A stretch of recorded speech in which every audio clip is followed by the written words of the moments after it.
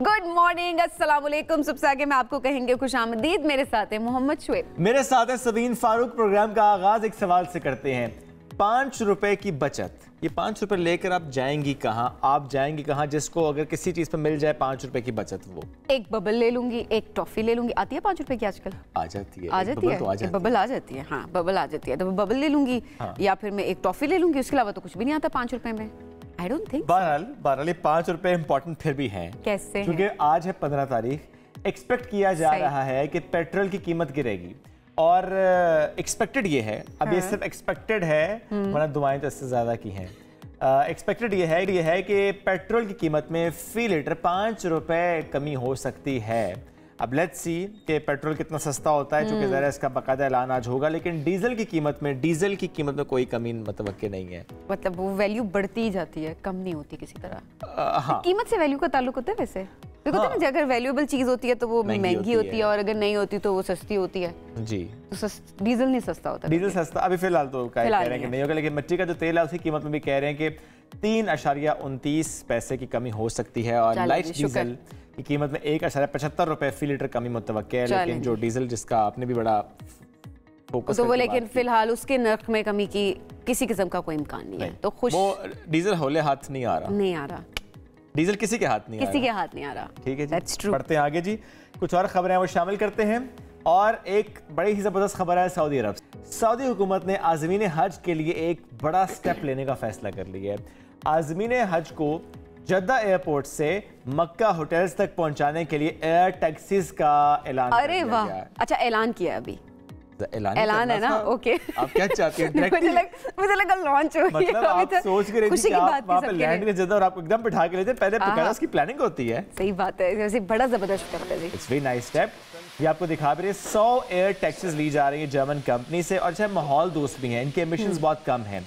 4 से 6 लोग इसमें बैठ सकते हैं और जद्दा से ये आपको मक्का में होटल तक पहुंचाएगी। यानी वर्टिकल ऊपर जाता है, आगे जाके फिर वर्टिकली डाउन और लैंड हो जाता है आराम से। ये होटल की छत पे लैंड हो जाएगा प्रॉबेबली और आराम से आप अपने होटल में पहुंच जाएंगे। तो इस साल तो नहीं, लेकिन आइंदा आने वाले हज सीजन में इंशाल्लाह इसका इस्तेमाल किया जाएगा, क्योंकि अभी इसको बाकायदा तौर पर जो है ऑपरेशनल करने में थोड़ा वक्त लग जाएगा। But it's beautiful. आगे बढ़ते हैं जी। क्या वेदर भी ब्यूटीफुल है? अब बताते हैं जी। वेदर वैसे वाकई बहुत ब्यूटीफुल है। अगर पाकिस्तान के मौसम की बात की जाए तो सबसे पहले इस्लामाबाद की बात करते हैं। इस्लामाबाद में कम से कम 5 ज़्यादा 20 डिग्री सेंटीग्रेड है और लाहौर में कम से कम 6 ज़्यादा 14 डिग्री सेंटीग्रेड है। कराची में कम से कम 18 ज़्यादा 27 डिग्री सेंटीग्रेड है। पेशावर में कम से कम 6 ज़्यादा 20। कोयटा में कम से कम 2 ज़्यादा 17 डिग्री सेंटीग्रेड है। ये आज का मौसम।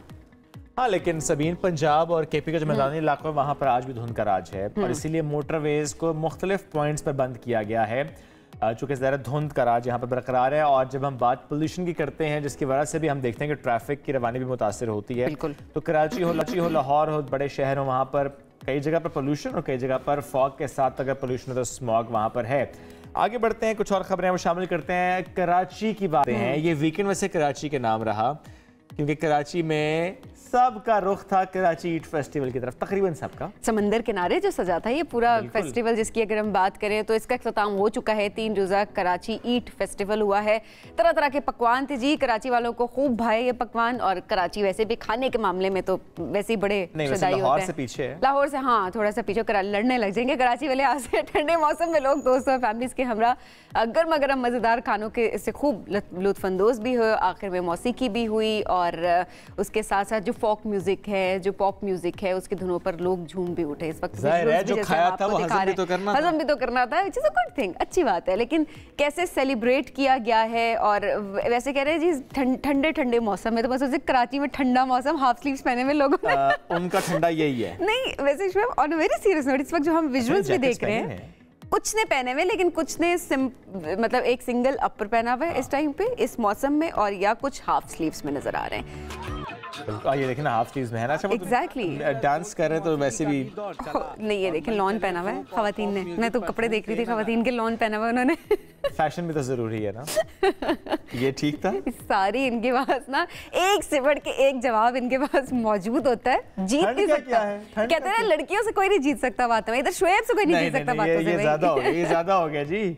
आगे बढ़ते हैं और रिजवान से कोई नहीं जीत सकता, ये बात कर लेते हैं। सबसे ज्यादा छक्के लगाने वाले पाकिस्तानी बैटर बन गए हैं रिजवान। उन्होंने ये कारनामा न्यूजीलैंड के खिलाफ दूसरे T20 मैच में सरंजाम दिया है। मोहम्मद रिजवान ने साबिक कप्तान मोहम्मद हफीज और शाहिद आफरीदी जैसे खिलाड़ियों को पीछे छोड़ते हुए सबसे ज्यादा 77 छक्के लगाए हैं। और पाकिस्तान के लिए T20 फॉर्मेट में शामिल टॉप 5 खिलाड़ियों में मोहम्मद हफीज ने 76, शाहिद आफरीदी की बात की जाए तो उन्होंने 73, शुएब मलिक ने 69, बाबर आजम ने 55 और उमर अकमल ने भी 55 छक्के लगाए हैं। क्या बात है जी, तो रिजवान छा गए हैं, छक्के पर छक्का लगाया और ये रिकॉर्ड अपने नाम किया। अच्छा, रिकॉर्ड अपने नाम किया, लेकिन एक मैच है इसकी बात करना भी बड़ा अहम है। न्यूजीलैंड के खिलाफ दूसरा T20 भी पाकिस्तानी टीम हार गई है और मेज़बान टीम ने 21 रन से अपने नाम इस मैच को किया है। 195 रन का हदफ, इसके ताक़ो में ग्रीन शर्ट 173 रन पर ढेर हुए। बाबर आजम और फ़खर जमान की निस्फ सेंचुरियाँ बल्कि कहना चाहिए किसी काम ना आई, और साइम अयूब ने 1 रन बनाया, मोहम्मद रिजवान ने 7, इफ्तिखार ने 4, आजम खान 2 रन बना सके। आमिर जमाल ने 9, शाहीन शाह 22 और अब्बास आफरीदी 7 स्कोर बनाकर पवेलियन वापस गए। उसामा मीर 0 पर, हारिस रऊफ ने भी 2 रन बनाए और न्यूजीलैंड को 5 मैचेस की सीरीज़ में इस वक्त 2-0 की बढ़तरी हासिल है। नहीं, एक मैच गया तो हम सीरीज़ तो हार जाएंगे। अब लेट्स सी कि क्या होता है। प्लेट में रख के दे दिए, पूरा मैच प्लेट में रख के दिया है। 2 रन 0 और वो अच्छा, ऐसे खिलाड़ी, अब हारिस रऊफ की बात की जाए तो एक्सपेक्टेशंस उनसे तो खैर बॉलिंग में ज़्यादा होती है, लेकिन ओवरऑल अगर देखा जाए तो आजम खान बिल्कुल फिटनेस पे अगर बात होती है तो वो किसी वजह से होती है, और ये सिर्फ उनकी बात नहीं है, ऑब्वियसली बाकी सारे खिलाड़ियों की बात हो रही है जो 2 रन 1 रन 0। इस पे आवाम क्या बोले, फिर क्रिटिसाइज तो वो करेंगे कि आप कुछ परफॉर्म करके जाएं तो फिर भी कोई बात बने। बाबर आजम ने बहरहाल थोड़ा बेहतर परफॉर्म किया as compared to others. Century भी बनाने वालों की अगर बात करें, ज़ाहिर है भले बनाई, लेकिन मैं फिर कहूँगा कि काम नहीं है ना, कि बाकी प्लेयर्स चले नहीं। बिल्कुल। एनीवेज जी, लेकर चलो कतर, यहाँ पर एशियन फुटबॉल कप जारी है और इसमें जब फ़लस्तीन की टीम पहुंची तो क्या प्यारा सा उनका इस्तकबाल हुआ, ज़बरदस्त खैर मकदम उनका हुआ।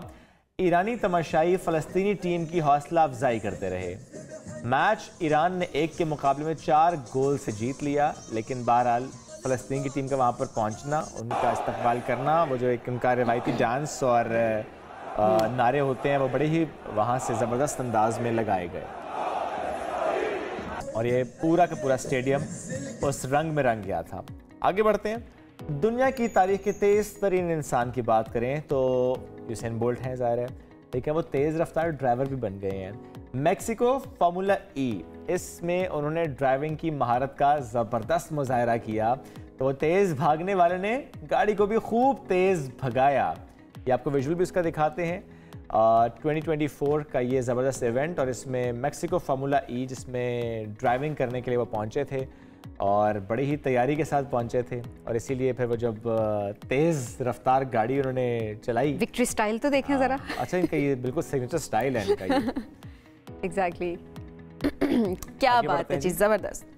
कुछ और रिकॉर्ड बनाने वालों की बात करते हैं तो 55 घंटों तक पंचिंग बैग पर मुक्के बरसाने का आलमी रिकॉर्ड बना है। ये भारतीय मार्शल आर्टिस्ट हैं सिद्धू, इन्होंने कारनामा 55 घंटे 15 मिनट में सर अंजाम दिया, अपना नाम Guinness book of world record में दर्ज करवा लिया है। 42 साल सिद्धू ये कारनामा अंजाम देने के लिए Guinness book of world record के कवायद के मुताबिक हर 2 सेकंड में कम से कम 1 मुक्का मारना था, जबकि उनको हर घंटे में 5 मिनट का वक्फा लेने की इजाज़त थी। पिछले 25 वर्षों से मार्शल आर्ट्स की तरबियत ले रहे हैं और इससे पहले 2011 और 2013 में मार्शल आर्ट्स किक्स का रिकॉर्ड भी कायम कर चुके हैं। इन्हें तो खूब धोते हैं भाई, खूब धोते हैं वाकई में। अच्छा, 55 घंटे में अगर देखा जाए तो मतलब सिर्फ उस 55 उन्होंने जो किए हैं, मतलब 5 घंटे में उनको सिर्फ थोड़ी सी ब्रेक जो थी उसकी ज़रूरत थी। बिल्कुल, मतलब 5 मिनट की ब्रेक। अच्छा, वो कहते हैं जी दुख कह रही हूँ, दर्द बढ़ा उनको, लेकिन उसके बाद भी हिम्मत और हौसले उनके जो थे वो क्या थे, कंसिस्टेंट थे। उनकी कहते हैं बर्दाश्त का इम्तिहान था। मैं बड़ी हैरान हो रही हूँ इस खबर पे, बिकॉज देखिए कैसे कैसे रिकॉर्ड्स भी बन रहे हैं और लोग कैसे कैसे इस तरह के जो कॉम्पिटिशंस होते हैं उनमें पार्टिसिपेट भी कर रहे हैं।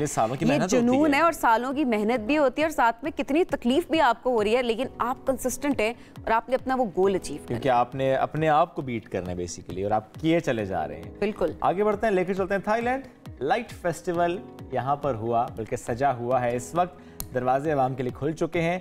ये छठा नसाटन लाइट फेस्टिवल है और अप्रैल तक ये जारी रहेगा। रोशनियों में नहाए बुद्धा के मुजस्मे के इर्द गिर्द जगमगाते फूल ये लोगों की तवज्जो का मरकज़ बने हुए हैं और ज़मीन पर ऐसे लगता है जैसे बिल्कुल एक नीला सा कारपेट है, ब्लू कारपेट जिस तरह दिख भी रहा है अभी वहाँ पर, और ऐसा लगता है कि हसीन सी वादी है। This is beautiful, wow. और ये बिल्कुल एक कहना चाहिए कि परियों का देश नहीं लगता? बहुत खूबसूरत, ऐसा लगता है आप किसी फैंटेसी में आ चुके हैं और आप बस वॉक कर रहे हैं उसमें। म्यूजिक बड़ा मजे का है, म्यूजिक पे आते हैं और लाइट्स वैसे ही बड़ा फैसिनेट करती हैं और जब वो डिफरेंट कलर्स की हो जाए और इस तरह से इतनी खूबसूरती से अलाइन की हुई हो तो वैसे ही बड़ा प्यारा लग रहा होता है मंजर।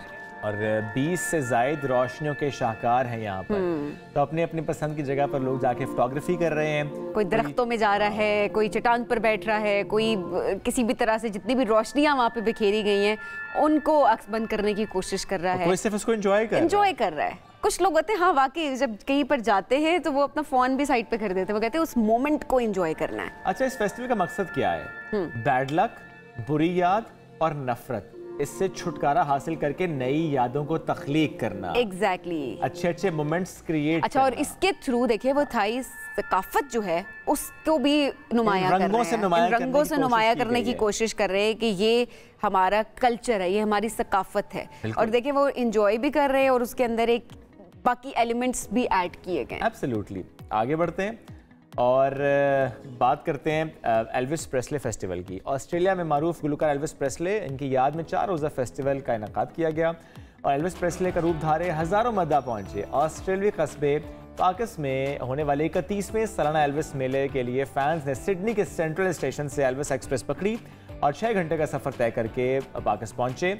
हज़ारों परस्तारों ने एल्विस प्रेस्ले का रूप धारा और मौसीकी की धुनों पर रक्स भी किया और ये फेस्टिवल अमेरिका के मशहूर गुलकार एल्विस प्रेस्ले की याद में 1993 से ऑस्ट्रेलियाई सूबे न्यू साउथ वेल्स के कस्बे पाकिस में हर साल नए साल के आगाज़ पर जो सेकेंड वीक होता है उसमें मनाया जाता है और 4 रोज़ा इस मेले में हज़ारों मद्दा एल्विस प्रेस्ले का रूप धार कर शरीक होते हैं। अगेन बड़ा ही ज़बरदस्त ये इवेंट, बड़ा ही प्यारा सा फेस्टिवल। प्रोग्राम में आगे बढ़ेंगे, एक ब्रेक शामिल करते हैं, वापस आते हैं, साथ रहिए। Welcome back. पीटीआई इंतखाबी निशान बल्ले से इस वक्त तक महरूम है। सुप्रीम कोर्ट में तहरीक इंसाफ के वकला को जो उम्मीद थी वैसा फैसला नहीं आया, लेकिन इस पर एक सवाल भी उठा, क्या पेशावर हाई कोर्ट से हक में फैसला मिलने का जो यकीन था और जिस तरह से पेशावर हाई कोर्ट ने रिलीफ दिया पीटीआई को, तो क्या वाकई इतनी उम्मीद थी, इतना यकीन था कि सुप्रीम कोर्ट से भी कुछ वैसा ही मामला रहेगा, या कि ये उम्मीद भी थी कि इलेक्शन कमीशन अपील नहीं करेगा? अब ऐसे में सुप्रीम कोर्ट में हामिद खान ने जो एक जुमला दोहराया कि तैयारी के लिए वक्त, उस पर भी सवाल उठा कि क्यों तैयारी के लिए इतना वक्त क्यों मांगा गया? सुप्रीम कोर्ट से इलेक्शन कमीशन के फैसले की तौसीक के बाद तहरीक इंसाफ के उम्मीदवारों को आज़ाद हैसियत में मुख्तलिफ इंतखाबी निशान अब अलॉट कर दिए गए हैं। चेयरमैन बैरिस्टर गौहर को चैनक, असद कैसर को व्हील चेयर, यास्मीन राशिद साहब को लैपटॉप, लतीफ़ कौसर को अल्फ़ाबेट, जैन कुरैशी को जूता, उनकी बहन को चिमटा, आमिर डोगो क्लॉक, इमरान हक को गिटार, ऐसे बहुत से और निशानात जो कि अलॉट किए गए हैं। निज़ार अब आज़ाद हैसियत में इंतखाब लड़ेंगे। प्याला, होटल, हाँ, डिफरेंट निशान। तो ज़ाहिर ये एक बड़ा चैलेंज पीटीआई के लिए हो सकता है, क्योंकि इससे पहले भी कहा गया पीटीआई की तरफ से कि अगर आज़ाद हैसियत में लड़ेंगे तो हॉर्स ट्रेडिंग का खतरा है। इस सारी सूरत हाल पर बात करेंगे। हमें ज्वाइन करें सेनेटर हुमायूं मोहम्मद साहब। अस्सलाम वालेकुम जी, कैसे हैं आप? अस्सलाम वालेकुम जी, शुक्र अल्हम्दुलिल्लाह जी। इलेक्शन के लिए अभी तक जो हालात बने हैं, आपकी एक राय क्या है उस पर?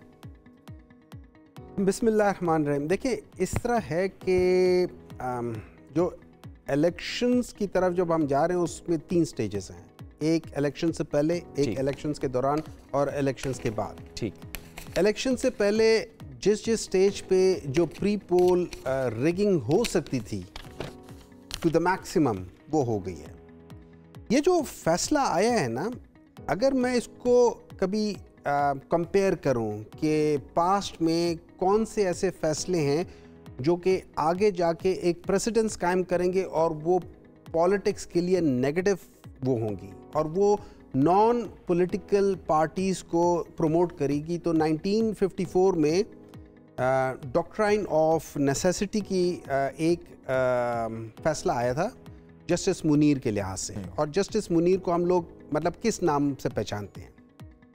ये जो फैसला है ये जस्टिस मुनीर के डॉक्ट्राइन ऑफ नेसेसिटी का पार्ट 2 है।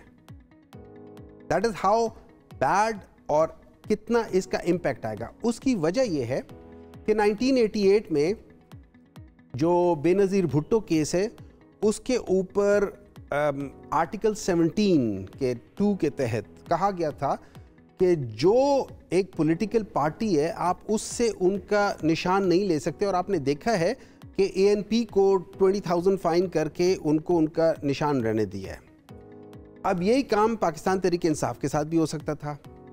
अच्छा, इसमें जो रेफरेंस देते हैं इलेक्शन एक्ट का 2017 का जो कहते हैं, उसमें कैटेगोरिकली मेंशन है कि उसमें जो 2089 वगैरह, उसमें कि जो इलेक्शन कमीशन है उसका इख्तियार इंट्रा पार्टी इलेक्शंस किस तरीके से कंडक्ट हुई है उसके अंदर नहीं कर सकते। उनका ये इख्तियार है कि वो टाइम पूछे कि किस किस वक्त पे हुआ है, सर्टिफिकेट एक इशू होता है, और उसके ऊपर वो कहते हैं कि अगर उनको मिल जाए तो ठीक है, वो उसके अंदर जाके घुस के नहीं कर सकते। और ये जो डिसीजन आया है, इसने in other words election commission को बाइख्तियार कर दिया कि अब वो पार्टी के अंदर के इलेक्शंस को चेक करेंगे और इलेक्शंस में कहीं भी छोटी मोटी बेज़ाब्ती होगी। अभी तो ज़ाहिर है आप दलाइल भी दे रहे हैं, आप उसको जस्टिफाई भी कर रहे हैं, आप अपना केस भी प्रेजेंट कर रहे हैं एक तरह से। कोर्ट में फिर क्या हुआ ये सब, क्यों वक्त क्यों मांगा गया, जब सारी चीज़ें क्लियर थी कि क्या पेशावर हाई कोर्ट के फैसले के बाद इतना यकीन था कि अब नहीं, अब सुप्रीम कोर्ट से भी वही फैसला आना है। देखिए, पेशावर हाई कोर्ट ने 2 चीज़ों के ऊपर किया है, उनका बेसिक कॉन्सेप्ट 2 था, और ये अगर आप सिंप्लीफाई कर लें तो that is how it should be. Point number 1, क्या इलेक्शन कमीशन को ये इख्तियार है कि कोर्ट के या PTI को ये इख्तियार है कि कोर्ट में जाए और अपील करे? That is point number 1। उस पे उन्होंने कहा कि हाँ ये एडमिसिबल है। पॉइंट नंबर 2, अगर ये एडमिसिबल है तो क्या इलेक्शन कमीशन को ये इख्तियार है कि वो किसी पार्टी का सिंबल हटा ले अकॉर्डिंग टू दीज थिंग्स? वहां पे उन्होंने देखा कि ये नहीं हो सकता, तो उन्होंने इसको कर दिया। लेकिन अब इस तरह है कि आप उधर बैठी हुई हैं, मैं इधर बैठा हुआ हूं। मैं अगर बोलूं आप दरमियान में मुझे बोलने ना दे तो मैं क्या कर सकता हूं? मैं आपसे लड़ ही सकता हूं, उससे ज्यादा तो कुछ नहीं कर सकता। अब जब हमने जो देखा है, जो लाइव हो रहा है, उसमें फॉर एग्जाम्पल एक आदमी जो चीफ जस्टिस की पोजीशन पे या जो बेंच बैठा हुआ है, जब वहां से पहला ये कहा जाता है कि जी आप अपने नाम से सरदार हटाएं, लेकिन ये नहीं देखते कि उनके दाएं हाथ पे जो बंदा बैठा हुआ है उसके नाम के साथ भी सरदार लगा हुआ है। ठीक है। अच्छा, फिर दूसरा होता है कि मुझे वो इलेक्शंस कबूल ही नहीं है, मैं उन इलेक्शंस को इलेक्शंस नहीं मानता, मैं उस शख्स को इलेक्टेड नहीं मानता जो बिला मुकाबला और बगैर वोट के इलेक्ट हो जाए। तो भाईजान, आसपास कितनी पार्टी हैं, सबको देख लो। फिर उसमें यह कहा गया है कि जो ऊपर को छोड़ो नीचे तक, तो वो भी मिसाल है कि लोगों के डिस्ट्रिक्ट लेवल तक अनअपोज्ड हुए हैं। लेकिन उसको छोड़ देना, ये तो पार्टी है ना। 2021 में पंजाब के जो सेनेट के इलेक्शंस थे, बिला मुकाबला not a single vote casted. वैसे हुमायूं साहब, ये तो आपके पास एक अच्छा ग्राउंड नहीं है? यही फैसला, इसी की बुनियाद बनाकर आप बाकी पार्टी फैसला किसने करना है? मैंने, या वहां पे जो लोग बैठे हुए जिनका दिमाग तैयारी मुकम्मल हो, तो आपको नहीं लगता कि इस फैसले से बाकी जमातों पर भी देखिए सब कुछ बताया गया था। अली जफर साहब ने उनको ये बताया कि सर जी मैं भी अनअपोज्ड इलेक्ट होकर आया हूं, आजम नजीर तारड़ साहब वो भी अनअपोज्ड इलेक्ट होकर आए हुए, and that was with a smile a very sarcastic remark। नहीं सेटिस्फाई तो आपकी टीम नहीं करना था ना सुप्रीम कोर्ट को। सर जी, जब आप सेटिस्फाई नहीं हो रहे तो मैं क्या करूं? देखिए, बात ये हो जाती है, असल में बात होती है कि वहां पे जो बंदा बैठा है वो प्री डिटर्मिन्ड माइंड के साथ जा रहा है। ये सवालात मुझे चुभते हैं जब उनको कहा जाता है 1988 की बात करते हैं। अच्छा, फिर उन्होंने कहा कि जी मुझे आप लोगों का आइन बहुत पसंद है, लेकिन आप लोगों ने एक बंदे को अब ये हमारा जो होता है ना इलेक्शन एक्ट 208 के लिहाज से, वो आता है इंट्रा पार्टी इलेक्शंस। उसमें वो कहते हैं कि आप अपने आइन के मुताबिक इलेक्शंस करवाएं और लोगों को फ्री एंड फेयर मौका दें कि वो आगे जाए। ये बात आपकी मुनासिब है, लेकिन अब मसला ये कि सर अब तो फैसला हो गया ना। लेकिन मैं आपके तवस्सुत से मैं आवाम को एक चीज बताना चाहता हूं कि जब हमें कहा गया था कि आप अपने आइन के तहत कराएं और आप लोगों ने उनको फेयर चांस नहीं दिया, तो हमारे आइन में यह लिखा हुआ है कि आप जरूर आओ, एक पैनल बनाकर आओ। ये हमारा कॉन्स्टिट्यूशन है ना। अब अगर इसमें आपको इतराज है, मैं क्या करूं? मेरा कल को हम जाके कहते हैं अमेरिका का कॉन्स्टिट्यूशन हमें नहीं पसंद, अरे भाई वो हमारा कॉन्स्टिट्यूशन है, हम लोगों ने 2/3 अच्छा, अब क्या होगा? अब क्या स्ट्रैटेजी है, क्या प्लान है? देखिए, होगा ये कि पाकिस्तान तरीके इंसाफ इवॉल्व करती है टाइम के साथ, वो अपने आप को इम्प्रोवाइज करती है। अब जब हम एक ऐसी जगह पे आ गए जहां से हमसे ग्राउंड भी ले लिया गया है, लेवल प्लेइंग फील्ड तो हमें दूर की बात है, हमसे ग्राउंड भी ले लिया गया, तो अब हम क्या करेंगे? अब हम ये करेंगे कि हमारा हर वो इंडिविजुअल आदमी वो जाएगा और अपने अवाम के साथ डायरेक्ट इंटरेक्ट करेगा। अच्छा, इसमें ऑब्वियसली हमारा सोशल मीडिया स्ट्रांग है। लोग तो यहाँ कहते हैं कि जी अगर आप 5 करोड़ दे दे तो आपको इतनी फॉलोइंग मिल जाती है। मैंने उनको जवाब है कि आप 5 करोड़ इन्वेस्ट कर ले, इतनी फॉलोइंग ले ले और उसके बाद अपने वीलॉग करें, उससे 6 महीनों में पहले ही 5 करोड़ आप कमा लोगे, इतना फ़ायदा हो सकता है। लेकिन ये होता नहीं है। तो हम जब उनके साथ इंटरेक्ट करेंगे, उनको पता होगा कि प्रोविंशियल असेंबली में नीचे 2 या 3 प्रोविंशियल असेंबली, उनमें कौन कौन से कैंडिडेट है और उसके ऊपर जो नेशनल असेंबली है उसमें कौन सा कैंडिडेट है। तो हम उसको प्रमोट करके बाय नेम एंड बाय निशान हम इंडिविजुअली जाके उनको हिट करेंगे। हम लोगों ने अपनी स्ट्रेंथ पे खेलना है। हमें पता चल गया कि जी हम पहुंचे, उन्होंने रातों रात विकेट को फास्ट बॉलर से स्पिन पे कर दिया, तो वी हैव गॉट स्पिनर्स। हमारे पास off spin, leg spin, googly शुगली, तीसरा चौथा पांचवा हर किस्म के। So we will now play on our on their pitch but with our strength. तो ज़रा पोस्टर्स आप लोगों ने लगाना शुरू कर दिए हैं ना, निशानात के साथ भी। Let me put it like this, there is something जो आप और मैं प्लान करते हैं। अच्छा। और एक चीज होती है जो अल्लाह प्लान करता है, बेशक। और अल्लाह ताला जो प्लान करता है वो बेहतरीन प्लानिंग है। अच्छा, इन सब चीज़ों की वजह से अल्लाह ताला की प्लानिंग ये हुई है कि to be very honest, Pakistan Tehreek Insaf को अब किसी किस्म की प्रमोशन की ज़रूरत नहीं है। हालांकि हमारे साथ मुझे लगता है कि इस वक्त सबसे ज़्यादा ज़रूरत है उन कैंडिडेट्स को, नहीं, चूँकि ज़ाहिर है अगर एक हल्के से ज़्यादा उम्मीदवार खड़े हों जो कि कह रहे हो कि हम PTI की तरफ से। नहीं, देखिए इस तरह है, PTI का एक कैंडिडेट है, मैं भी कह सकता हूँ, आप भी कह सकते हैं, आप भी कह सकती हैं, लेकिन हमारे वेबसाइट पे ये हमारा पोर्टल से नाम चला जाएगा मेरा। अब आप चीखे मारते रहे कि मैं भी PTI का हूँ, लेकिन जिसका नाम जाएगा उस पोर्टल से कि यार ये PTI का बंदा है, इस उसमें देखिए with the knowledge that we have of internet of सारी चीज़ें, आप उसको क्या कह सकते हैं, ट्यून कर सकते हैं कि भाई ये आपका बंदा है। अभी सोशल मीडिया आपकी स्ट्रेंथ है सबसे बड़ी, जिसको लेकर आप इलेक्शंस में आगे बढ़े। हमारी सारी स्ट्रेंथ्स हैं, कौन सी स्ट्रेंथ नहीं है हमारी? सोशल मीडिया सबसे ज्यादा है, हमारी सारी स्ट्रेंथ। इलेक्शन डे पर लोगों को निकालना, लेकर जाना, वोट कास्ट करवाना, हम नहीं निकालेंगे, वो खुद निकलेंगे। अच्छा। वो इसलिए निकलेंगे कि उन्होंने ये विशियस साइकिल ऑफ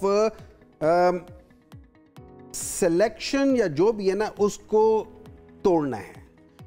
आज इस दफा पाकिस्तान की अवाम ने तोड़ना है, और ये इलेक्शंस 2 ग्रुपों के दरमियान है, एक आजाद और एक महकूम, जिनकी गुलामाना सोच है।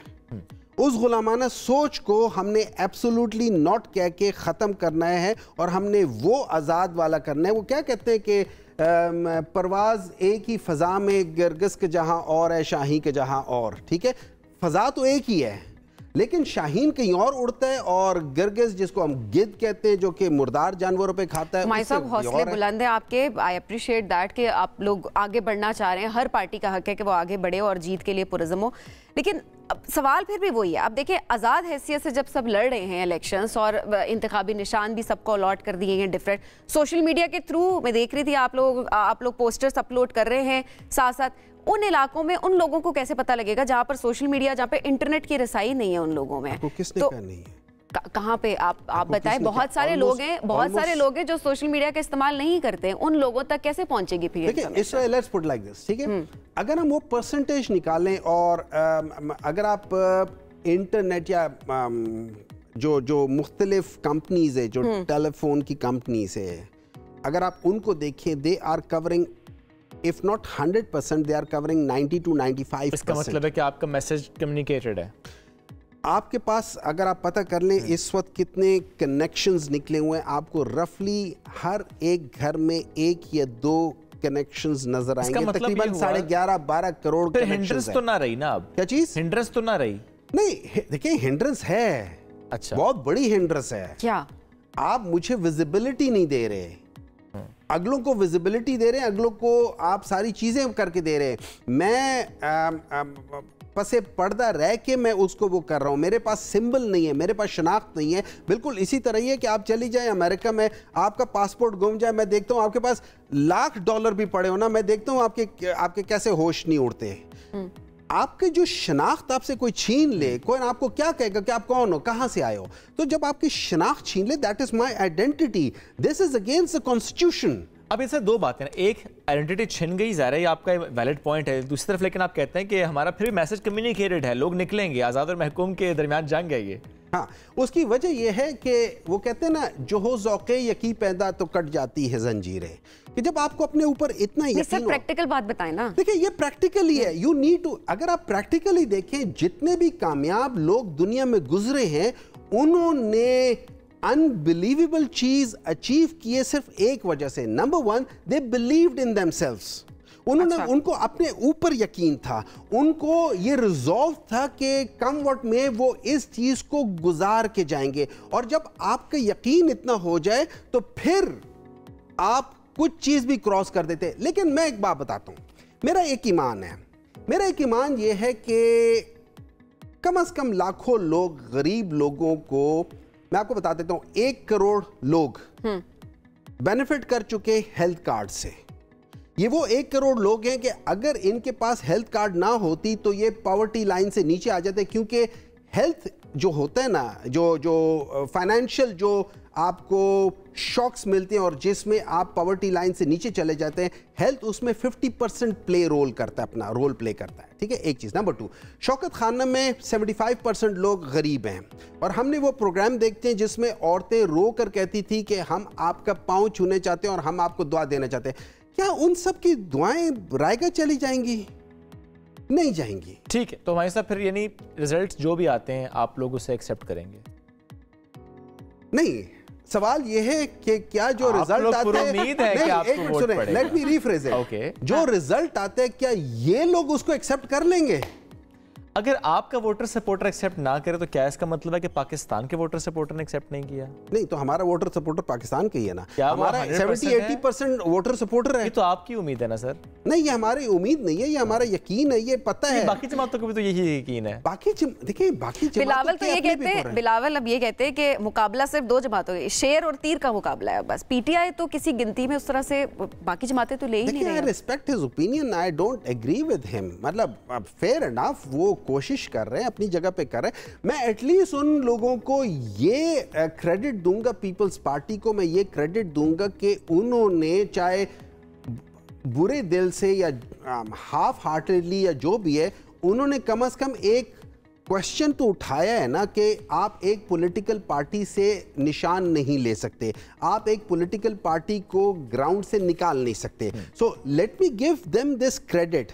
लेकिन जो नून लीग है, और अनफॉर्चुनेटली देखें, 2 चीज़ें हैं, मैं मिसाल देता हूँ। जब हम किसी को कहते हैं ये गलत काम हो रहा है तो हम कहते हैं यहाँ पे नूरा कुश्ती हो रही है। जब हम कहते हैं कि ये बहुत अच्छा एक मुआहदा हुआ था, हम कहते हैं इमरानी मुआहदा हुआ था। ठीक है, तो नालायक भी नून से हो जाता है, नाअहल भी नून से हो जाता है। ठीक है, नाअहल तो कोई भी किसी भी जमात से हो जाता है। नहीं, कोई भी किसी जमात से हो जाता है, लेकिन होता तो नून से स्टार्ट होता है ना। अच्छा, नालायक भी होता है, निकम्मा भी होता है, निकट्ठू भी होता है, ये सारे के सारे नून से स्टार्ट होते हैं ना। इसमें मेरा क्या कसूर है? मेरा तो कोई कसूर नहीं है ना, मैंने तो नून से करके उनका नाम नून नहीं रखा था ना। अच्छा, और हम जब किसी को तंग करते कहते यार क्या नून खुन्ना हो गए हो, तो हर लिहाज से आप देखें तो वो नून से ही है। Sorry, not my fault. वैसे बड़ा पर्सनल अटैक था ये, पर्सनल अटैक था सर ये। आपका क्या मतलब है? वो लोग देखिए, मैंने एक तमीज के दायरे में रह के मैं पर्सनल अटैक कर सकता हूँ। अच्छा, आप कर सकते हैं? मैं कर सकता, हर एक कर सकता है। सही। आप एक, मैं जो पर्सनल अटैक होता है ना, जैसे वो लोग करते हैं, जैसे उन लोगों ने 1988 में जिस तरीके से वो तस्वीरें फेंकी थी, that's very below the belt and very गलत किस्म का पर्सनल अटैक होता है। जब आप इस किस्म की चीज़ों में चले जाते हैं वो गलत होता है, लेकिन आप इसे छोटा मोटा ये कह सकते हैं, इसमें मेरा नहीं ख्याल कि कोई हो है। अगर फर्ज करे कि आप समझते हैं कि ये ठीक नहीं है तो I apologise, but I still say कि नून से मैं तो ये कह रहा हूँ उस लफ्ज से ये हो जाता है ना। अब इसमें अगर वो डायरेक्टली नहीं कहा जी, नाम लेके नहीं कहा, वो सिर्फ नून की बात कर रहे थे। फिर देखिए ना, वो फिर अगर कोई बंदा गिल्टी कॉन्शियस है, मेरा तो कोई फॉल्ट नहीं है। आपका तो कोई, आपका क्या कसूर? मैं तो सिर्फ कह रहा हूँ कि नून से सही बात है। ठीक है, ठीक है भाई साहब, चले, बहुत शुक्रिया सर, साथ मौजूद थे। बड़े पुरुमीद हैं कि भले जो भी इंतखाबी निशान मिल रहा है, ज़ाहिर है वो कहते हैं कि पूरे मुल्क में लोगों को मालूम है कि कैंडिडेट्स किस हल्के से कौन है और लोग निकलेंगे उनकी पार्टी को वोट देंगे। लेट्स सी इलेक्शन डे पर क्या होता है। एक ब्रेक लेंगे, ब्रेक से वापस आते हैं, साथ रहिए। Welcome back. जिस सबसे आगे मैं आपको कहेंगे खुशामदीद, और अब बात करते हैं खवातीन की, जो कि हर मैदान में झंडे गाड़ रही हैं और पाकिस्तान का नाम रोशन करी हैं।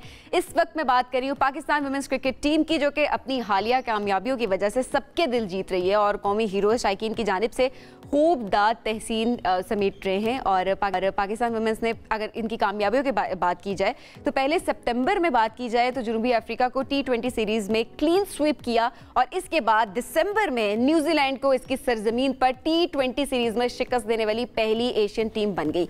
इसी दौरे में उसने न्यूजीलैंड के खिलाफ उसके होम ग्राउंड पर पहला वनडे मैच भी जीता।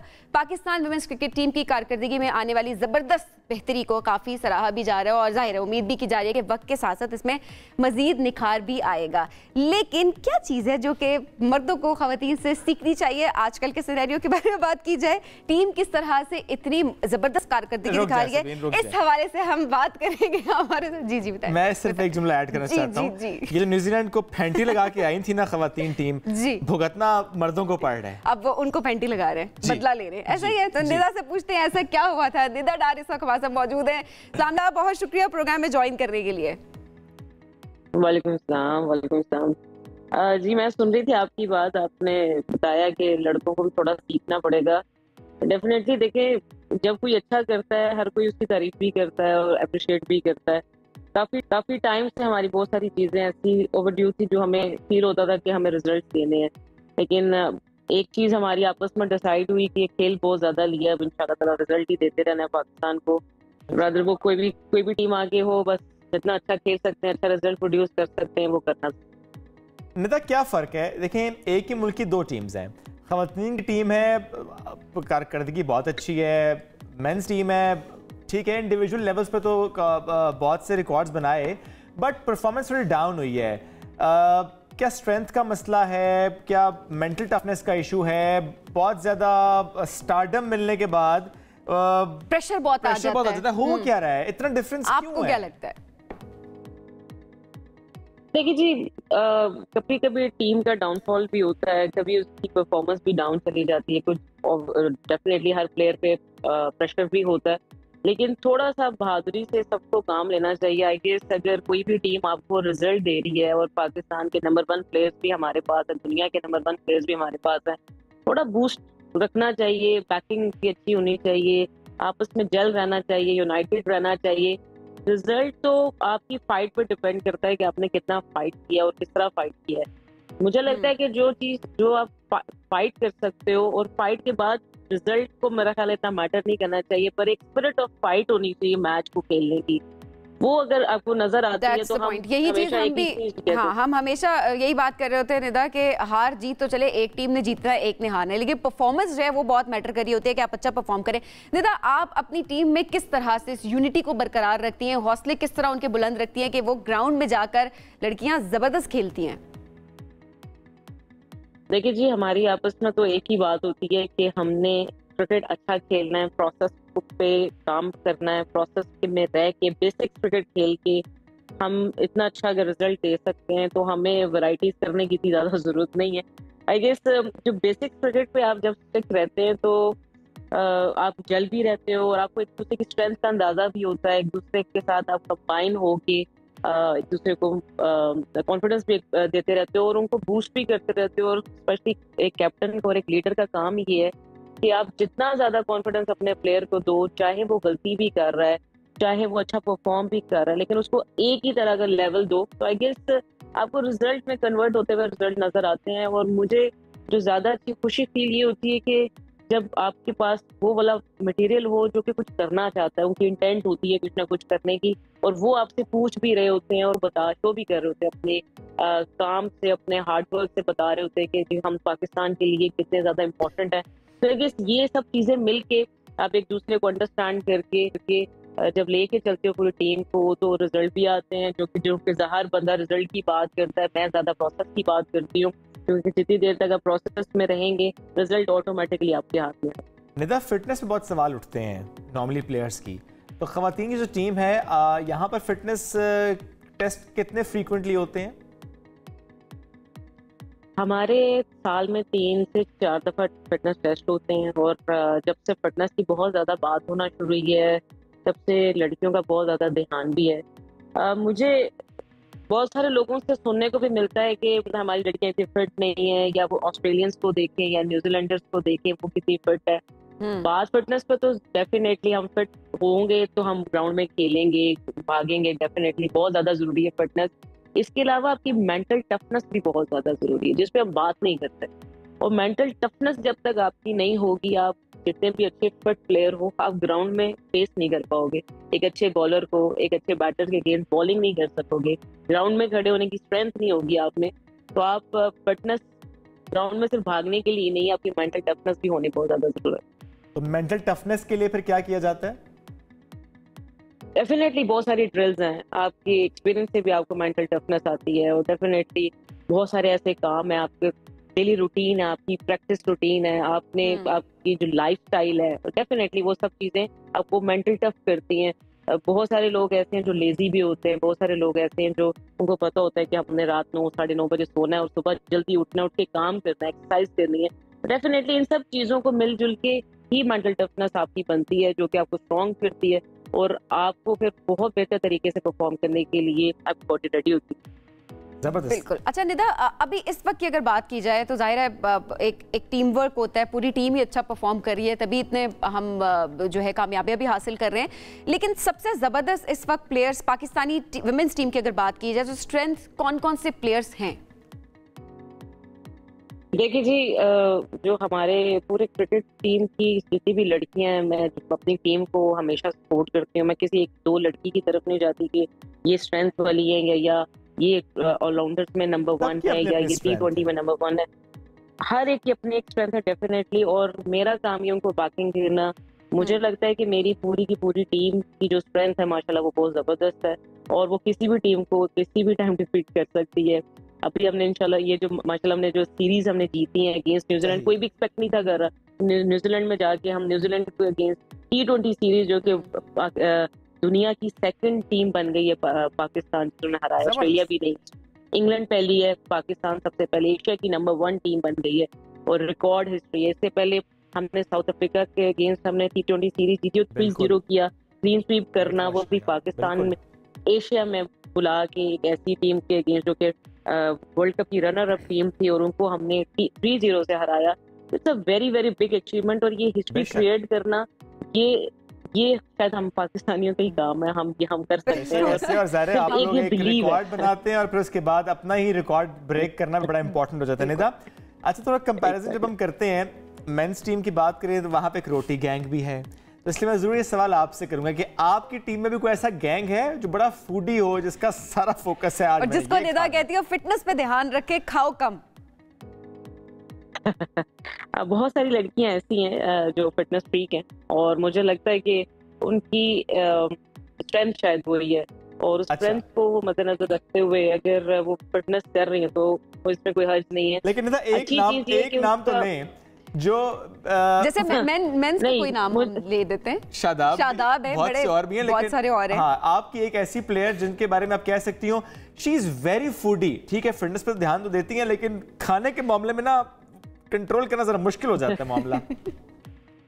वो मेरा ख्याल मैं ही हूँ शायद, कश्मीरी भी हूँ। तो मतलब खुद ही मुझे लगता है कि फिटनेस पे भी ध्यान देती हूँ, लेकिन खाने के मामले में भी जरा पूरा ध्यान खाने पे भी होता है। ये तो आपने इख्तिसार से काम लिया और जान के किसी और का नाम नहीं लिया। इसे कहते हैं कैप्टन। देखिए आपने किसी का नाम पूछा था, देखिए मैं खुद कश्मीरी हूँ और खाने पीने से मेरा भी हाथ बड़ी मुश्किल से रुकता है, लेकिन मेरे सामने मेरी एग्जांपल है तो मैंने कहा आपको मैं वही दे देती हूँ। यानी कि आपने अच्छा किया।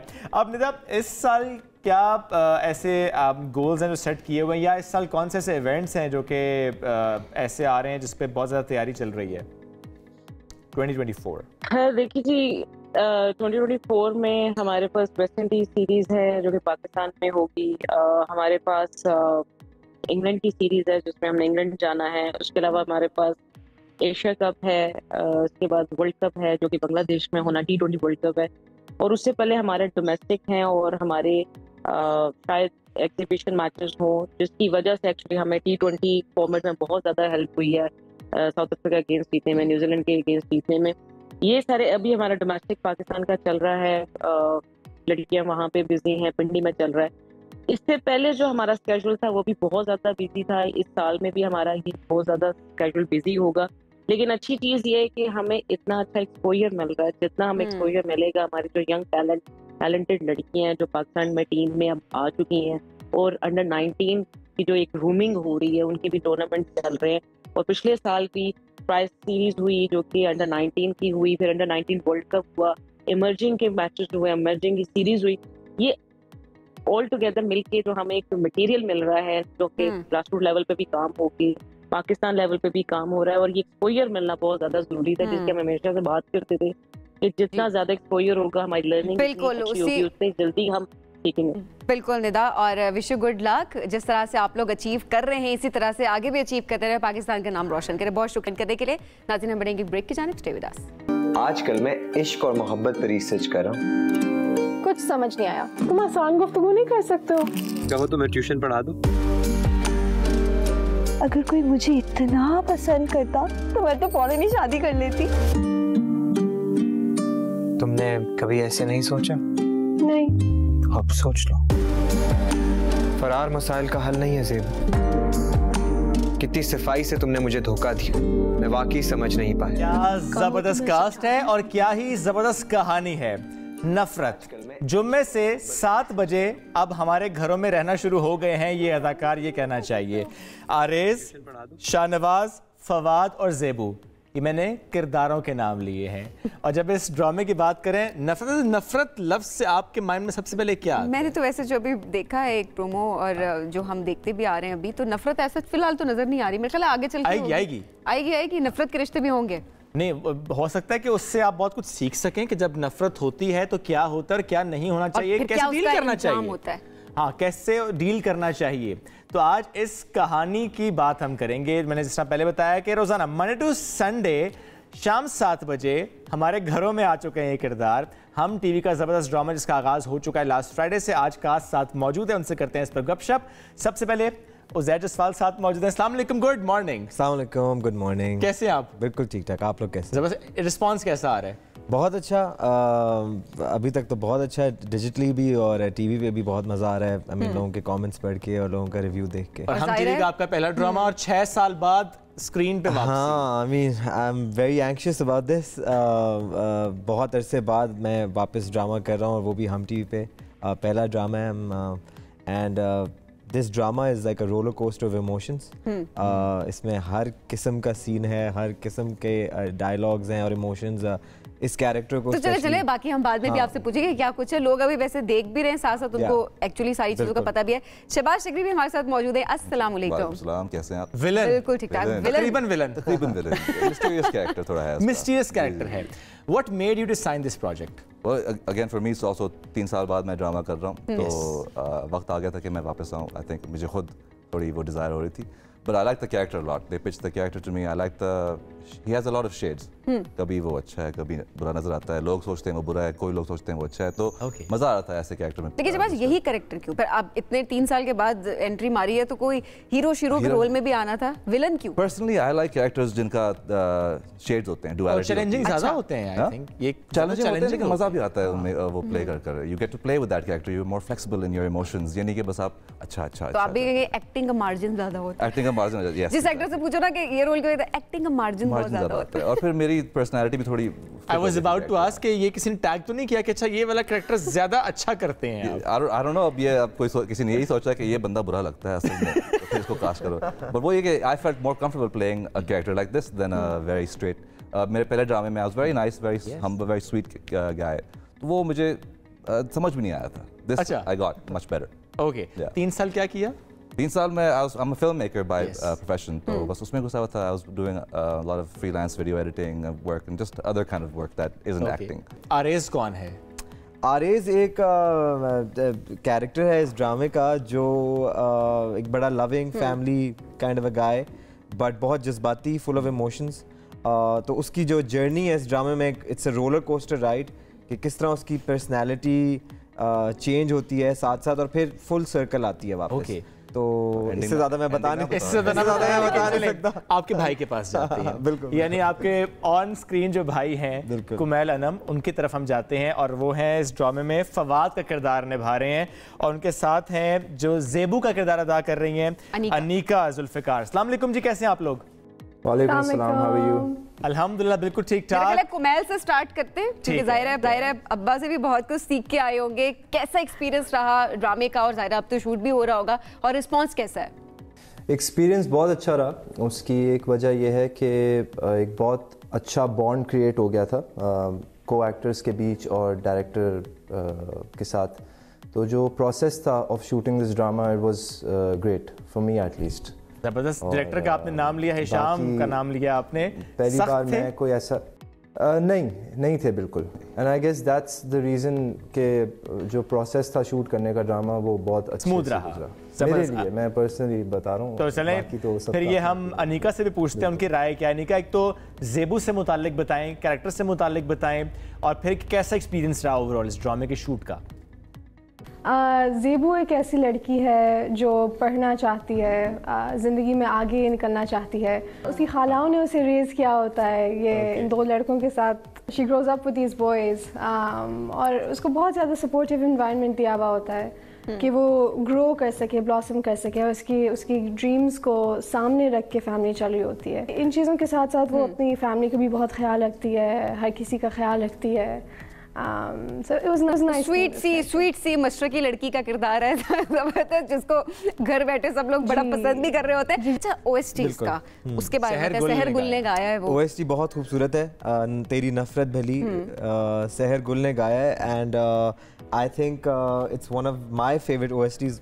बायस नहीं मैं हो रहा बिल्कुल. Really? हाँ, बहुत बहुत अच्छा गाना है. एंड तो आप समझ गए होंगे आपसे पूछने का मकसद क्या था. क्या सुनाएंगे? नहीं एक आध लाइन तो ये काम शोएब पे मैं छोड़ती हूँ. कुमैल से हम सुनेंगे. Kumail by the way has a beautiful voice. अच्छा. और किसी ज्यादा लोगों को पता नहीं है मुझे लगता है.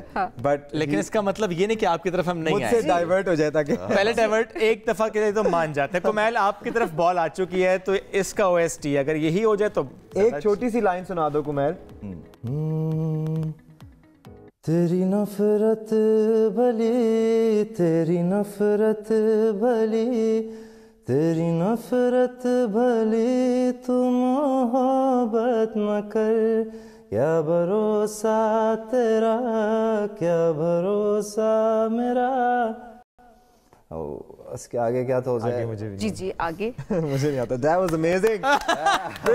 और ये उज़ैर ने दूसरी बार गोल कर दिया है डाइवर्ट करके. मैं दोनों टीमों को क्या है. कुमैल का सबसे बड़ा फैन हूँ. ठीक है, तो उज़ैर ने तो नहीं सुनाए OST, इस पे तो हम नाराज हैं इनसे बहुत ज्यादा. तो लेकिन हम आपको सुनाते हैं अभी सहर का OST.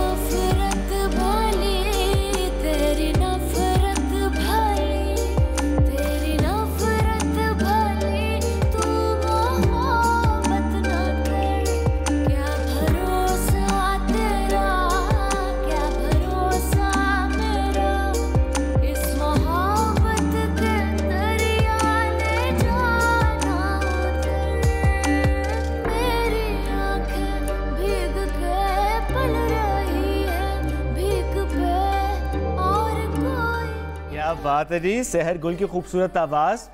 ड्रामा सीरियल नफरत. मदिया शाह ने इसको लिखा है, शाम सैयद ने डायरेक्ट किया है, कास्ट साथ मौजूद है. अच्छा, बाकी अगर जो एक्टर्स हैं, जो मेन तो अभी 4 आप लोग हमारे साथ मौजूद हैं, उनके बारे में बताएं. काम का एक्सपीरियंस कैसा रहा और किसका कितना अच्छा रोल रहा? अच्छा, एक एक्टर जो बहुत मेजर एक्टर हैं इस ड्रामा के, Hina Tariq. She is not with us, she had an exam, तो वो नहीं हमारे साथ मॉर्निंग शो में भी आ सकती, but she is playing the role of Saba. Okay. It's her first drama as well. People on digital platforms would know her. But बहुत बहुत टैलेंटेड एक्टर हैं एंड बहुत फ़नी, और उसने हम सबको हंसा के पूरे सेट पे रखा है। And we're really missing her, all of us, on this show today. और आप ये देखिए आज उनका पेपर है। Yeah, we wish her the best of luck and I hope वो पास करे एग्जाम, because वो एग्जाम्स में भी काम कर रही थी और कैसे पता नहीं मैं कैसे पास मैनेज किया होगा, सेट पे स्टडी मैनेज किया होगा। बिल्कुल। तो कुमैल आपकी तरफ आते हैं, ये टैग तो नहीं लगता अब्बा जी इस इंडस्ट्री के ना, इसलिए बड़ा सपोर्ट किया जाता है आपको normally, not just asking about this drama but generally इस इंडस्ट्री में? सर इसका फ़ायदा भी होता है और ऑब्वियसली फ़ायदा ही होगा। He is a very senior actor, someone who spend so much time in the industry, और I am proud of my name. बेशक ऐसे ही है। बेस्ट पार्ट क्या रहा इस ड्रामे की शूट में अब तक जितना शूट हुआ है? The best part is doing it itself, the acting. Okay. I'm in love with my career. I'm in love with my work and acting. तो हर रोज जाके कुछ नया सीखने को मिलना. I think that's my favorite part. That's the best part of being part of any project. ठीक हो people that you're with. तो इसलिए भी उन्होंने नहीं बताया पार्ट कि उनको था कि अगर वो पार्ट बता दिया तो काफी चीजें रिवील हो सकती हैं। हाँ, लेकिन कोई फनी इंसिडेंट हुआ, कोई ऐसा जो कि अभी तक याद है शूट के दौरान? हंस सीन बेशक ना बताएं, मतलब जेनेरिक नहीं। I think for me the best part was कि हमने ये जो बॉन्ड क्रिएट किया सारे एक्टर्स का, the first time we were meeting and सब इतने अच्छे दोस्त बन गए हैं। We got to meet each other, spend so much time with each other and एक हेल्दी एनवायरनमेंट क्रिएट हो जाना बहुत। और जब आप 1.5-2 महीने के लिए एक ही लोगों को, ग्रुप ऑफ पीपल को रोज मिल रहे हो तो दे बिकम योर फैमिली। ठीक है ना, घर वाले भूल जाते हैं, ये आपकी फैमिली बन जाते हैं। और अब ये तो जाहिर है कि शूट टाइम भी ज्यादा था और आप लोगों का टाइम ज्यादा स्पेंड भी साथ ज्यादा, तो आप हंस भी साथ रहे होते हैं, खाना भी साथ खा रहे होते हैं, नाश्ता भी साथ कर रहे होते हैं, रो भी साथ रहे होते हैं, वाइन भी इकट्ठे कर रहे होते हैं कि यार हमारे साथ। ओके, मैसेज क्या है इस ड्रामे का Uzair? Message I don't think अगर message if you take away a message, तो मैसेज यही होता है, क्योंकि ड्रामे का नाम नफरत है। तो जिस तरह आप शुरू में इंट्रोडक्शन में ही बता रहे थे कि you learn about how to deal with, you know, because नफरत is such a strong word and what it can do to families and relationships and किस तरह you have to overcome that. And जो final रास्ता है वो वही मोहब्बत का रास्ता ही है। एंड नफरत एक ऐसा इमोशन है जो इंसान को जज्बात में लाके कुछ ना कुछ भी करवा लेती है। ओके, तो how to overcome that, how to tackle with it and how to come back to your senses and be like, you know, love is the only way and how to understand it. I think एक और चीज़ है इसमें कि नफरत पैदा कहाँ से होती है, नफरत क्यों होती है? गलतफहमियों से। लेकिन ये भी है कि नफरत ज़्यादातर प्यार से ही पैदा होती है। आपका प्यार अगर बिछड़ जाए, आपको प्यार वापस ना मिले, तो फिर वो नफरत बन जाती है। I think that's also an important part in stories में जो कैरेक्टर्स हैं। वो सारे स्टोरी में शायद ज़्यादा नजर भी आया है, स्टोरी में आपको नजर आएगा ज़्यादा। रियल लाइफ में अगर आपको ये मालूम हो कि वो शख्स आपको नहीं पसंद करता इस इंडस्ट्री में, वैसे आपको लगता है कि वो नफरत करता है, तो आप क्या करेंगे? इग्नोर करेंगे, बात करेंगे, क्या करेंगे? And that person is important for you. अच्छा, फॉर मी नफरत is a very strong word. तो मैंने इसे डिसलाइक कवर्ड किया। हाँ, मैं यूज भी नहीं करता किसी को। अगर if you even dislike something, you can just say you can't say you hate something, right? Yeah, but that's a very strong word. तो मेरा जो पर्सनल तरीका ओवर लाइफ बन गया है, I just step away from things and people. पता नहीं क्यों, I just मैं shut down हो जाता हूँ, उस चीज़ से shut off हो जाता हूँ। डील नहीं करते। हाँ, I'm the least confrontational person and I don't like to get into. You don't want to fix this. अच्छी बात है, एनर्जी लगानी भी नहीं चाहिए। इतना आप कर चुके होते हैं ना ओवर लाइफ, आप कहते हो यार कि अब एनर्जीज और अपनी आप क्यों सब कुछ, हाँ, इस चीज़ में। अच्छा, I think that's maturity as well. By time you learn this actually, क्योंकि फायदा नहीं है। It depends. It's more about your peace of mind. Exactly. कौन किस तरह से डील करना चाहता है वो डिपेंड। कभी-कभी करना भी चाहिए। It's good to discuss it and overcome it through dialogue and you know चीजें, because वो communication भी जरूरी होता है। But कभी-कभी जब फजूल की कोई चीज हो या फिर जो चीज हो जो आपका वैसी पीस ऑफ माइंड खराब कर रही है, बेहतर साइड पे चुप करके पीछे sit back and relax way। और शहबाज क्या करते हैं? जब किसी नफरत हो या डिसलाइक किसी को करते हो, व्हाट डू यू डू? मैं तो ये भी बताएंगे, मैं तो सबसे ज्यादा मेलो बंदा हूँ, तो वैसे नफरत हो तो सकता है ना। Personally I also step away, लेकिन मुझे ये कि नफरत करना एक चॉइस होती है। जो बंदा नफरत कर रहा है या ऑफेंड हो रहा है, जो वो कर रहा है, वो उसकी चॉइस है। अब मैं भी नफरत करूँ या मैं भी रिएक्ट करूँ, वो मेरी चॉइस है। तो मेरी चॉइस ये होती है कि बस No, I'm not gonna hate. I'm just gonna keep going positively. Yes. मैं प्यार करता That's the only रहूँगा. way. उन्हें नफरत करनी है वो बेशक करें. मेरे अंदर प्यार है तो मैं प्यार करता रहूँ. वाह, छागे जबरदस्त जी. ये जो भाईचारा था ना ये कायम रहे जी, ये कायम रहे. हमारी दुआ है किसी तरह भाईचारा कायम रहे, ये प्यार मोहब्बत कायम रहे. नफरत ड्रामे का नाम है, कास्ट के दरमियान बहुत सा प्यार है. उजैर बहुत शुक्रिया, शहबाज बहुत शुक्रिया, अनिका बहुत शुक्रिया साथ मौजूद थी, कुमैल बहुत शुक्रिया साथ मौजूद थे. अगेन रिपीटिंग, रोजाना शाम 7 बजे ड्रामा सीरियल नफरत आ चुका है. Watch it and give us the feedback. एक ब्रेक की तरफ जाएंगे, ब्रेक से वापस आएंगे, साथ रहिए. Welcome back. आप में से कितनों के साथ ये होता है कि जब पिक्चर लेते हैं और पिक्चर देखने के बाद फौरन कहते हैं डिलीट कर दो, इसमें पेट आ रहा है. चर्बी होती है ना ऑब्वियसली. अरे बाबा, गैस भी होती है कभी कभी. कभी कभी, हर वक्त नहीं होती है. हर वक्त ये बहाना नहीं होता जी मैं बहुत ब्लोटेड फील कर रहा हूँ, ये नहीं होता है. बहुत कॉमन होता है. आपने ज्यादा खाया होता है, समटाइम्स कुछ ऐसा खाया होता है कि आपका पेट ऐसे लगता है जैसे बिल्कुल टाइट हुआ है, तो आप कहते हैं कि नहीं आज जरा सांस ज्यादा खींचना पड़ेगा, पिक्चर फिर अच्छी आएगी. लेकिन जो गैस वाला मसला है ये बड़ा कॉमन है. ये क्यों होती है? आप आज हमें कॉल कीजिए अगर आपके साथ ये मसला है, तो शेयर कीजिए. डॉक्टर उमर गैस्ट्रोएंटरोलॉजिस्ट आज साथ मौजूद हैं, उनसे हम इस पर आपका जो मसला डिस्कस करेंगे. डॉक्टर साहब अस्सलाम वालेकुम, कैसे हैं? अल्लाह का शुक्र. आप सादा सवाल, गैस क्यों होती है? गैस हमारी हैबिट्स की वजह से होती है. गैस चंद मखसूस ग़िज़ाओं की वजह से होती है. ओके. गैस हमारे लाइफस्टाइल की वजह से होती है. सबसे इम्पोर्टेंट जो आपने पूछा कि लोगों को गैस होती है तो वो पिक्चर के लिए अंदर करते हैं, इसमें सबसे इम्पोर्टेंट जो चीज़ है हमारा लाइफस्टाइल. ओके. अब एक्सरसाइज और इन तमाम चीज़ों का लोग करते नहीं हैं. साथ ही साथ ग़िज़ाएँ, चंद मखसूस ग़िज़ाएँ जिसमें सब्जियों में कैबेज है, ओके, ठीक है, ब्रोकली है, ठीक है, सलाद के पत्ते हैं. यानी गोभी के पराठे तो बिल्कुल ना खाएं, फिलहाल ना खाएं. आम रूटीन में खाएं, पहले एक्सरसाइज मूली के तो बिल्कुल भी ना खाएं. नहीं, मूली का तो देखें सीजन ही है, लेकिन साथ एक्सरसाइज वगैरह करें, इस तरह की चीज़ें करें तो खा सकते हैं. प्रॉब्लम हमारा क्या है कि हमारी ग़िज़ाएं भी ख़राब हो गई हैं और साथ ही साथ एक्सरसाइज बिल्कुल नहीं रही. बैड ईटिंग पैटर्न्स हैं. ईटिंग पैटर्न कोई है ही नहीं. मतलब सुबह नहीं खाया, रात के खाने को ज़िंदगी का आखिरी खाना सारा समझ के खाते हैं, तो फिर गैस ही होनी. अच्छा डॉक्टर साहब, वो लोग भी जो बहुत कम खाते हैं उनको भी इशू होता है और वो कह रहे थे जी हम बहुत ब्लोटेड फील कर रहे हैं, उन्हें ब्लोटिंग होना शुरू हो जाती है. बहुत कम खाने में देखें, एक होता है इंटरमिटेंट फास्टिंग, हर चीज़ एतदाल से खाना. एक होती है सवियर डाइटिंग. डाइटिंग के तो बहुत सारे असरात हैं, जिसमें सबसे इंपॉर्टेंट आपने देखा होगा कीटो डाइट और ये फैंसी डाइट्स आ गई हैं. जी जी. तो सारी दुनिया उसे फॉलो करने लग गई है विदाउट एनी पैटर्न के. उन्हें कोई इसकी स्टडीज़ नहीं है. ये जो तमाम इस तरह की डाइट प्लान्स है ना, इनकी स्टडीज़ गोरों ने की हैं और अपनी पॉपुलेशन पे की है और अपने उनके डायनामिक्स डिफरेंट हैं. हमारी पॉपुलेशन पे नहीं की. अब देखें, अगर एक बंदा दिन में सिर्फ एक खाना खा रहा है और उसी टाइम सारा खा रहा है और उसके बाद वो अपनी रूटीन ऑफ लाइफ के साथ कंटिन्यू कर रहा है, तो ऑब्वियसली ही और शी विल फील नॉजिएटेड. एक कॉलर है, अरशद है कराची से. अस्सलाम वालेकुम अरशद, क्या कहना चाहेंगे? वालेकुम सलाम सर, कैसे हैं आप? खैरियत? अल्हम्दुलिल्लाह ठीक ठाक. सर ये अर्ज है कि मुझे ये बहुत मसला आ रहा है गैस का ना. मैं एक सिक्योरिटी ऑफिसर हूँ, कराची से बात कर रहा हूँ. मैं खाना खाता हूँ, मेरा पेट फूल जाता है. डॉक्टर साहब कोई सवाल करना चाहते हैं? जी. आपकी एज क्या अरशद साहब, और शुगर या ब्लड प्रेशर तो नहीं है आपको? क्या किया जाए सर? अच्छा अरशद साहब, आपकी एज क्या है? क्या शुगर ब्लड प्रेशर कोई और आर्जा तो नहीं है? नहीं सर, एज है मेरी 28 ईयर, 28 साल. जी जी. और आपकी एक्टिविटी है कि नहीं है? नहीं एक्टिविटी तो है सर, बस मैं जब खाना खाता हूँ तो बस मेरे ये मसला पेश आता है. खाना पीना घर का है बाहर का है? नहीं घर का है सर. अच्छा. और उसमें मुरगन ग़िज़ाएं ज़्यादा हैं? Sorry sir? मुरगन ग़िज़ाएं ज़्यादा खाते हैं, ऑयली चीज़ें? हाँ ऑयली, ज़हरी सी बात है सर. अच्छा जी, मैं बताता हूँ. अच्छा ये अमूमन बहुत सारे लोगों के साथ ही होता है. अच्छा देखिए, इसमें एक सबसे ज़रूरी चीज़ जो हमारे समझने के लिए है, अगर हमें 90% लोगों को ऑब्वियसली यही लगता है कि हम अच्छा खा रहे हैं, हम इतदाल से खा रहे हैं एंड हमारी ज़िंदगी में एक्सरसाइज और स्पेशली हम घर का खा रहे हैं. यस.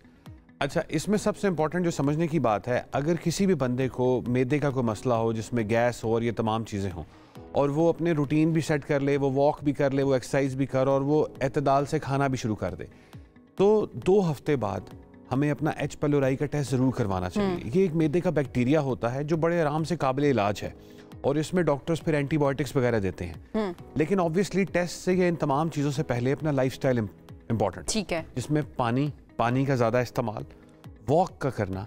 अगर किसी का सेडेंटी लाइफस्टाइल है, यानी कि जिनकी ऑफिस जॉब्स हैं, उन्हें हर थोड़ी देर बाद कमरे में 40-50 कदम ज़रूर चलने चाहिए. खाने में वक्फा और सबसे इंपॉर्टेंट है रात के खाने और बिस्तर पे लेटने में 2 घंटे का वक्त। 2 घंटे का वक्त, यस। सही। और रात का खाना कोई ज्यादा भारी ना हो, ठीक है। जिसे कहते हैं ना breakfast like a king, lunch like a rich man, dinner like a poor man. हम उल्टा करते हैं।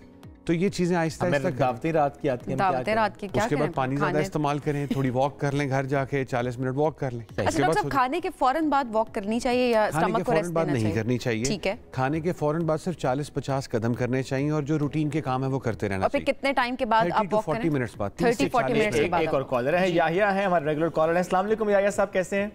वालेकुम सलाम, आपको सबको सलाम हो। लेकिन डॉक्टर साहब की एक बात मैंने पिक की, वो फैंसी डाइट प्लान जो है ना, दैट्स मुझे वाकई बड़ी अजीब बात है, क्योंकि लोग कीटो डाइट और पता नहीं क्या क्या प्लान करते हैं, उसके बाद 1-2 महीने बाद उसको छोड़ देते हैं, ना उनको उसका सही पता होता है नहीं। तो ये सारी चीजें हम बगैर रिसर्च के कर रहे होते हैं। डॉक्टर मैं क्योंकि टाइम कम है, सबीन फारूक, मैं सिर्फ इतना सवाल करना चाहूंगा। देखिए बात ये कि हम जैसे कराची में हम दोस्ती किया थे, हमारे पास कुछ नहीं सिवाय खाने पीने के, और खासतौर पे हम शादियों में आप लोग तो रात को भी पराठे खा लेते हैं। मैं खुद कोशिश करता हूँ एक अपनी भूख से थोड़ा कम खाऊं, लेकिन होता है कि जब हम शादियों में जाते हैं ना, तो जाहिर है वहाँ फिर टेम्पटेशन होती है, लोग खा लेते हैं और फिर ऐसा लगता है कभी जिंदगी में खाना नहीं मिला तो टूट पड़ते हैं। लेकिन उसके बाद जो है ना, वो हम आके जल्दी जो अगर उसके बाद अगर आपको गैस हो जाए या कुछ हो जाए तो उसका तोड़ क्या है? चले मैं टोटका क्या है जी? एक और कॉलर है साथ ले लें। मिसेस फारूक, अस्सलाम वालेकुम जी, क्या कहना चाहेंगी? अस्सलाम वालेकुम सर। वालेकुम सलाम।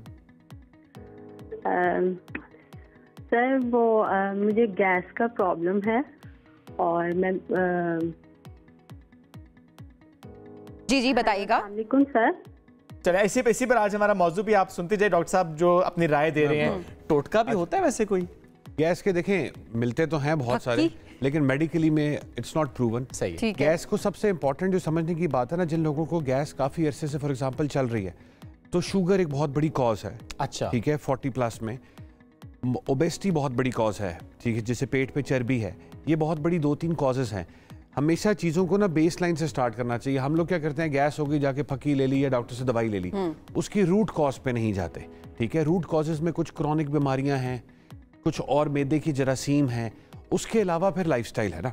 अब हमारा मसला क्या है, हमें हर चीज़ फ़ौरन चाहिए कि जी गैस आज ठीक हो जाए और कल से हम फिर रूटीन पे चले जाएं। ओके। देखिए मैदा एक बहुत बड़ा ऑर्गन है और मैदे को हम रेस्ट नहीं दे सकते। आपने ये पानी भी पिया है तो मैदा एक्टिव हो गया, काम करेगा। तो ऑब्वियस सी बात है, जिस चीज़ को रेस्ट चाहिए वो चीज़ बहुत सारा टाइम मांगेगी, वो हैबिट्स मांगेगी। जिस तरह वो उन्होंने बताया कि वो जो गार्ड है, सिक्योरिटी गार्ड है, हिज एज इज 28 ईयर्स, तो उन्होंने 28 साल लगाए मैदा खराब करने में, तो अपने डॉक्टर को 28 दिन तो कम से कम देना ठीक है। अच्छा वैसे ये जो गैस होती है, समटाइम्स ये भी कहा जाता है कि जब गैस बहुत ज्यादा तो दिमाग पे चढ़ जाती है। देखें, अच्छा इसे ब्रेन फॉग कहते हैं। अच्छा। ये बड़ा कॉमन हमारे पास आता है, डॉक्टर साहब गैस का गोला बना और दिमाग पे चला गया। बेसिकली वो पेशेंट को एक अनकंफर्टेबल फीलिंग होती है जिसे वो डिस्क्राइब नहीं कर पाता शायद। ओके। ठीक है। लेकिन इसी गैस के साथ एक और जो लोगों की एजुकेशन के लिए बड़ा इंपॉर्टेंट सवाल है, हमारे अक्सर पेशेंट जो 50+ होते हैं, जिनको हाइपरटेंशन या डायबिटीज हो, उन्हें जब भी गैस या मैदे का मसला हो तो हमेशा रेकमेंडेड है कि पहले अपनी ECG जरूर करा लें। अच्छा। तो हार्ट पे भी इसका इम्पैक्ट होता है, क्योंकि बेसिकली दे कैन नॉट, वो कहते डिफाइन नहीं कर सकते कि मुझे मसला क्या हो रहा है। ओके। सिमिलरली जो ब्रेन फॉग होता है, यानी कि मैदे की गैस दिमाग पे चढ़ जाती है, तो वो समटाइम्स पेशेंट डिफाइन नहीं कर पाता, समझा नहीं पाता। इसमें फिर डॉक्टर्स इसलिए सवाल पूछते हैं, डिटेल में जाते हैं, वो सारे सवाल पूछते हैं कि कोई चीज़ मिस तो नहीं हो रही। सही। जिस तरह गैस होगी, ये बहुत ब्रॉड टर्म है, उसकी कॉजेज हैं, उसकी और कॉज के हिसाब से उसका ट्रीटमेंट होगा, जिसमें ज्यादा जो बेसिक बात है वो खाने पीने की रूटीन और लाइफस्टाइल है। सबसे इंपॉर्टेंट लाइफस्टाइल मॉडिफिकेशन से खासी हद तक गैस का मसला हल हो जाता है। देखिए पर वो टाइम भी होगा ना। असल में वो जो उन्होंने, हमारे पहले कॉलर ने सवाल पूछा कि जी हम कुछ अरसा फॉलो करते हैं और फिर छोड़ देते हैं, ये चीजें थोड़ा टाइम मांगती हैं। ठीक है। आपकी रूटीन ऐसा तो नहीं है कि 2 दिन में तो जितना टाइम लगाया है कि आपने खराब करने में, उतना टाइम कम से कम उतना तो टाइम। 28 साल में खराब हुए तो डॉक्टर को 28 दिन तो दें। डॉक्टर साहब बहुत शुक्रिया, साथ मौजूद थे, साहब मौजूद गुफ्तगू कर रहे थे। इसी के साथ आज के प्रोग्राम से इतना ही। दोबारा मुलाकात कल करेंगे। अल्लाह हाफिज।